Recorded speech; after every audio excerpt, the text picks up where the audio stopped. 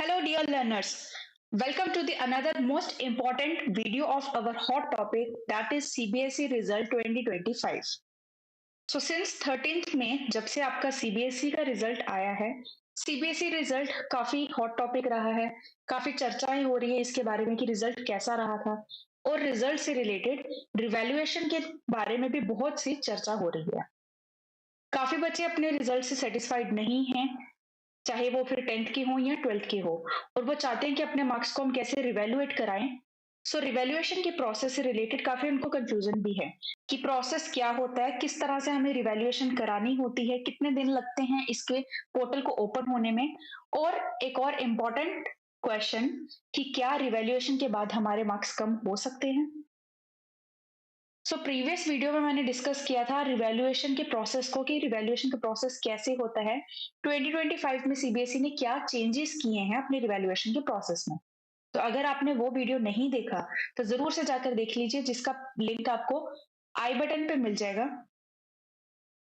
That अगर आप अपने मार्क्स से सेटिस्फाइड नहीं हैं और रिवैल्यूएशन के प्रोसेस को नहीं जानते तो एक बार जाकर देख लीजिए और आपको पता भी चल जाएगा कि सीबीएसई ने 2025 के लिए क्या नए स्टेप्स लाए हैं, क्या नए चेंजेस लाए हैं। जब हम रिवैल्यूएशन प्रोसेस का डिस्कस कर रहे थे, उसी के साथ बच्चों के दिमाग में ये भी चल रहा था कि क्या अगर हम रिवैल्यूएशन के लिए अप्लाई करेंगे तो क्या हमारे मार्क्स कम भी हो सकते हैं, क्या डिडक्ट हो सकते हैं। आज हम यही डिस्कस करेंगे। अगर मैं आपको वन वर्ड में बोलूं कि क्या आपके मार्क्स रिवैल्यूएशन के बाद डिडक्ट हो सकते हैं, उसका आंसर है yes. Yes, marks can be deducted. आपके मार्क्स हो सकता है कि पहले जितने थे उससे भी कम आ जाएं, लेकिन ऐसा क्यों है, अब उसके एक बार रीजंस को समझ लेते हैं।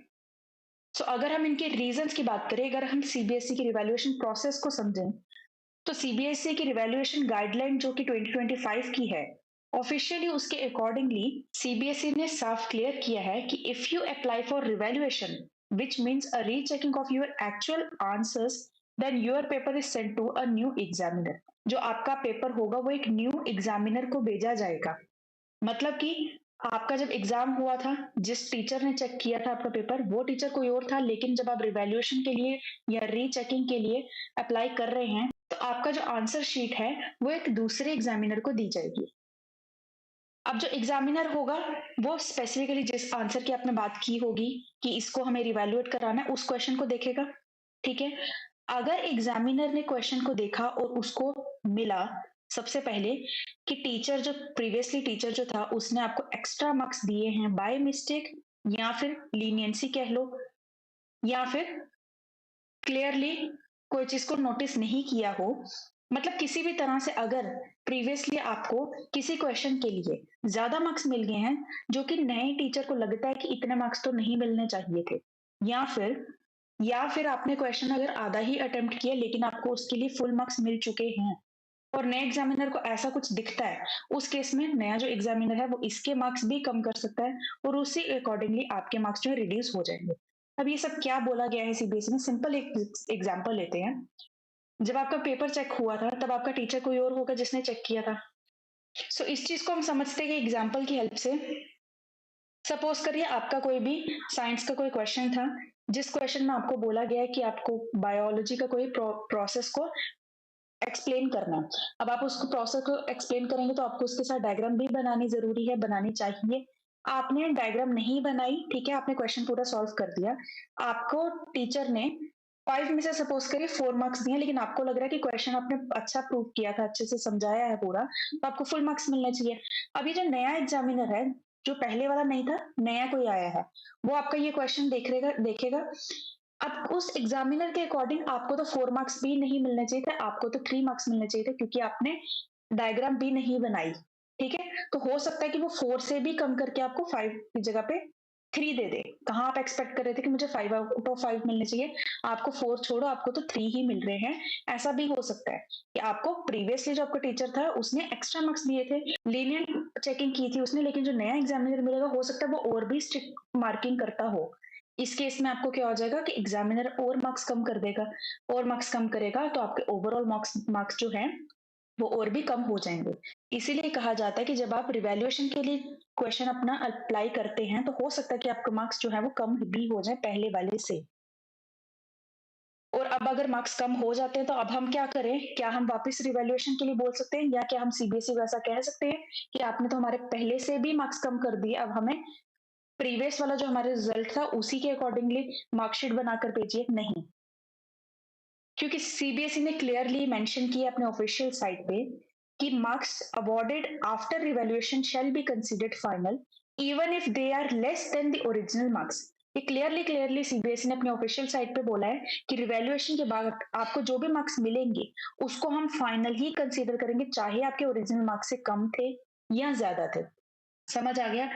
अब इस चीज को तो हमने समझ लिया कि ठीक है, मार्क्स कम होने के चांसेस भी हैं। अब इस चीज से हम बचे कैसे? हम अपने मार्क्स बढ़ाना चाहते हैं, लेकिन अगर हमारे मार्क्स और भी कम हो जाए फिर क्या करेंगे?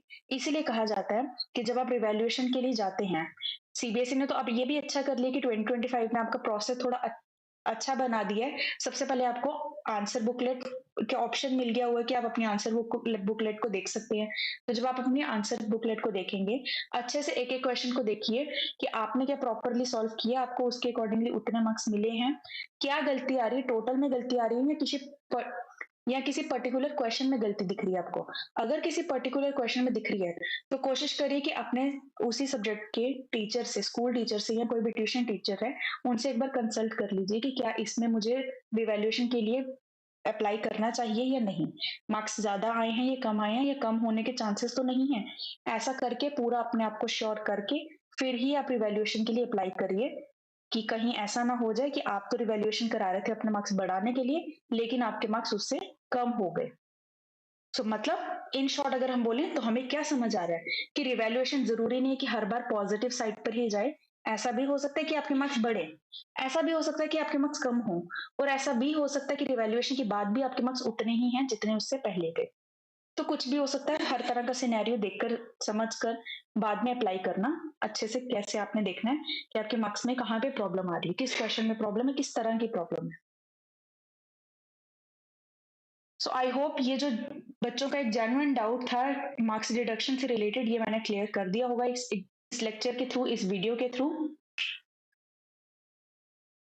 और मैंने यहाँ पे आपको प्रॉपरली सीबीएसई की साइट्स के अकॉर्डिंगली पूरा कोट करके बताया कि किस तरह से इनका प्रोसेस चलता है और डिडक्शन किस तरह से पॉसिबल है।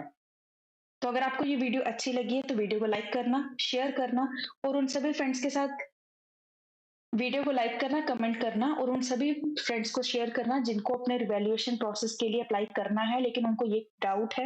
ये डाउट नहीं भी है तब भी एक बार भेज देना, सो दैट उन बच्चों को एक बार क्लियर हो जाए कि अब ऐसा ना हो कि वो सोच रहे हैं कि रिवैल्यूएशन में से मार्क्स बढ़ेंगे ही बढ़ेंगे, एक बार प्रोसेस में चले जाते हैं, एक बार अप्लाई कर देते हैं। ऐसा ना हो इसीलिए उनको ये वीडियो ज़रूर भेजना। चैनल पे न्यू हैं तो चैनल को सब्सक्राइब करके रखना ताकि आगे भी आने वाली सभी वीडियोज़ आपको जल्दी से जल्दी मिलती जाए। अभी रिवैल्यूएशन प्रोसेस का पोर्टल ओपन नहीं हुआ, जैसे ही पोर्टल ओपन होगा तो मैं अपने चैनल पे उसको भी अपडेट कर दूँगी, वो भी मैं आपको अनाउंस कर दूँगी। तो इसीलिए चैनल को सब्सक्राइब करके रखिए सो दैट आपको सारी नोटिफ़िकेशन मिलती जाए। So that's all for today, thank you so much.